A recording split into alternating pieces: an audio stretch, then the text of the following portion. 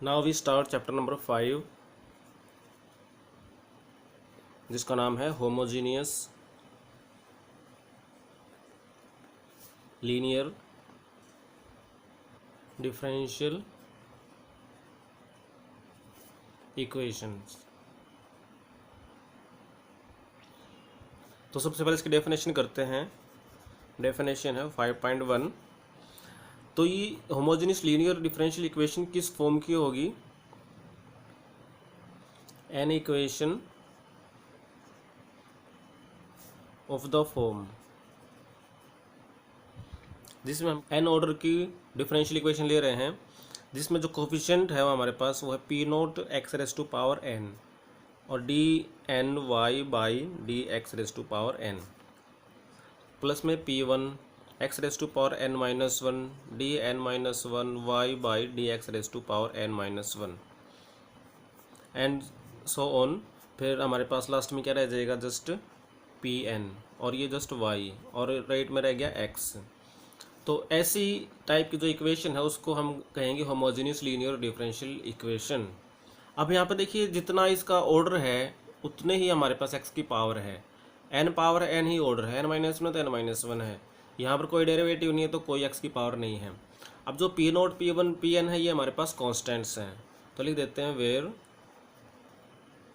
P not P one P two P N are constants and x is a function of x only। तो ऐसे तो differential equation होगी उसको हम कहेंगे homogeneous linear differential equation is called a homogeneous linear differential equation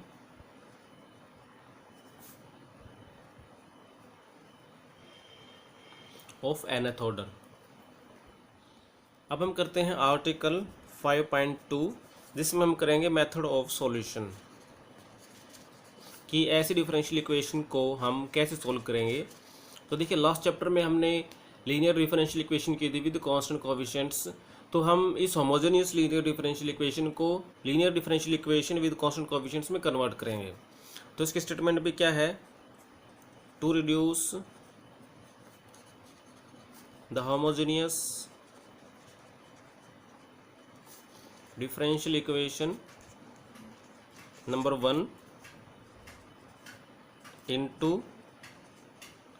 linear differential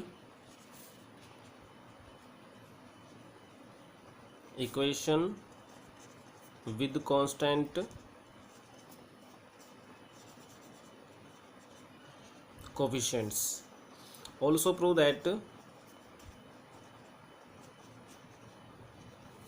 कि जो x raise to power n D N Y by D X raise to power n है वो क्या बन जाएगा? d into D minus one into D minus में two और फिर लास्ट में d माइनस एन प्लस में वन y।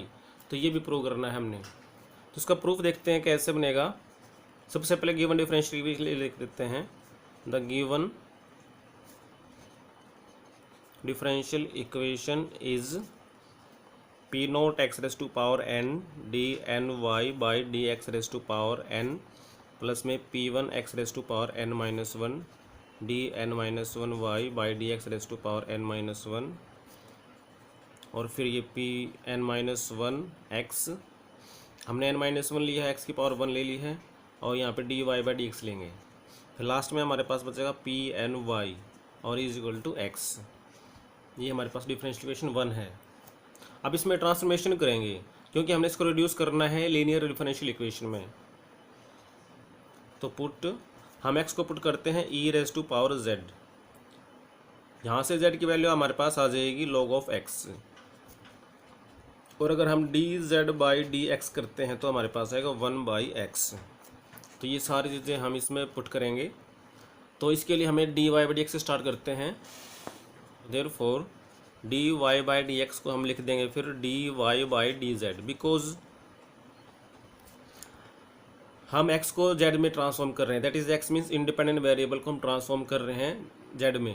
तो यहाँ पे D Y by D X है, उसके जगह पे हम लिखेंगे D Y by D Z और इनटू में D Z by D X. Chain rule लगा दिया।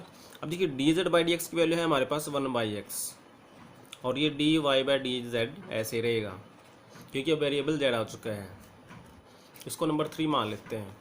यहाँ से अगर हम क्रॉस मल्टीप्लाई कर दें तो ये आएगा x D Y by D X is equal to D Y by D Z.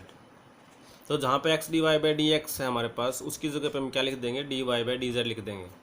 इसका नंबर 4 मान लेते हैं। आप डबल डेरिवेटिव देखें तो D two Y by D X square, उसको लिखेंगे D by D X of D Y by D X. अब देखिए D Y by D X हमने निकाल लिया है, this is equal to 1/x of D Y by D Z.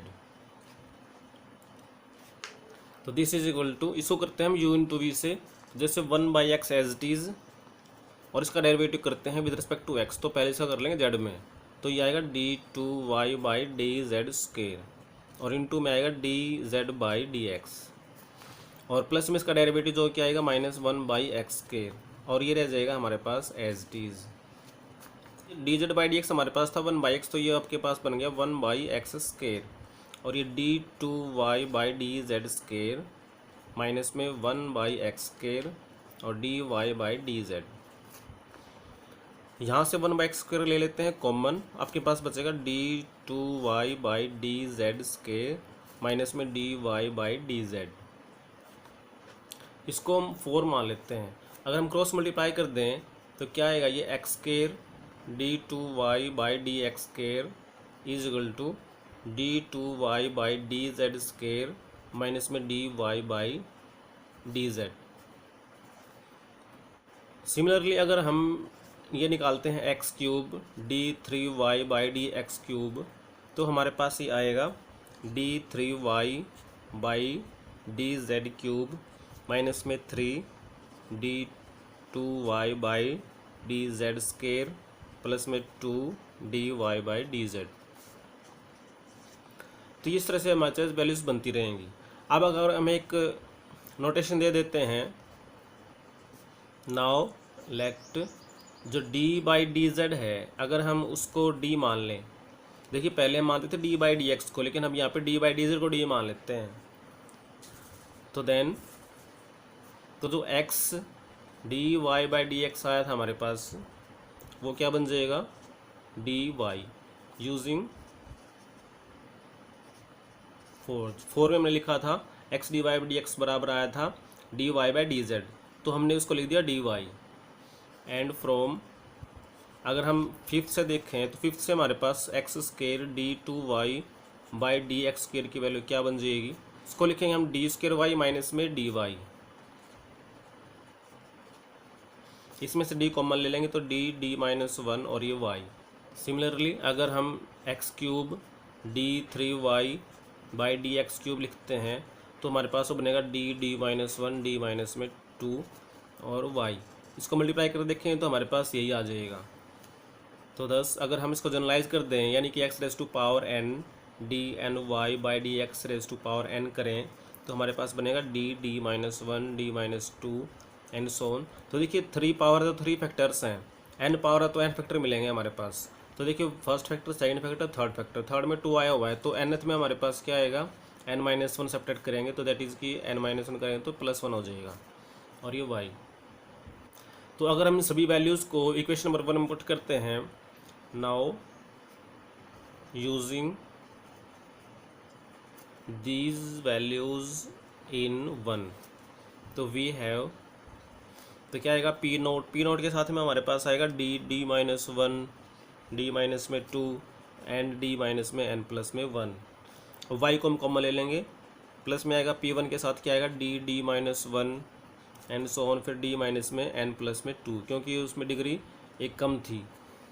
और फिर नेक्स्ट करते करते लास्ट में हमारे पास क्या आ जाएगा Pn माइनस 1 डी और फिर ये Pn और y हमने सभी के साथ कॉमन ले लिया और इज इक्वल टू, जैसे x का फंक्शन था x, तो हमारे पास ये z में ट्रांसफॉर्म हो जाएगा, तो ये z का फंक्शन आ गया कैपिटल Z। देखिए ये हमारे पास लीनियर डिफरेंशियल इक्वेशन बन गई विद कांस्टेंट कोएफिशिएंट्स। और इसको हम पिछले मेथड से कर सकते हैं। Which is the required linear differential equation with constant coefficients।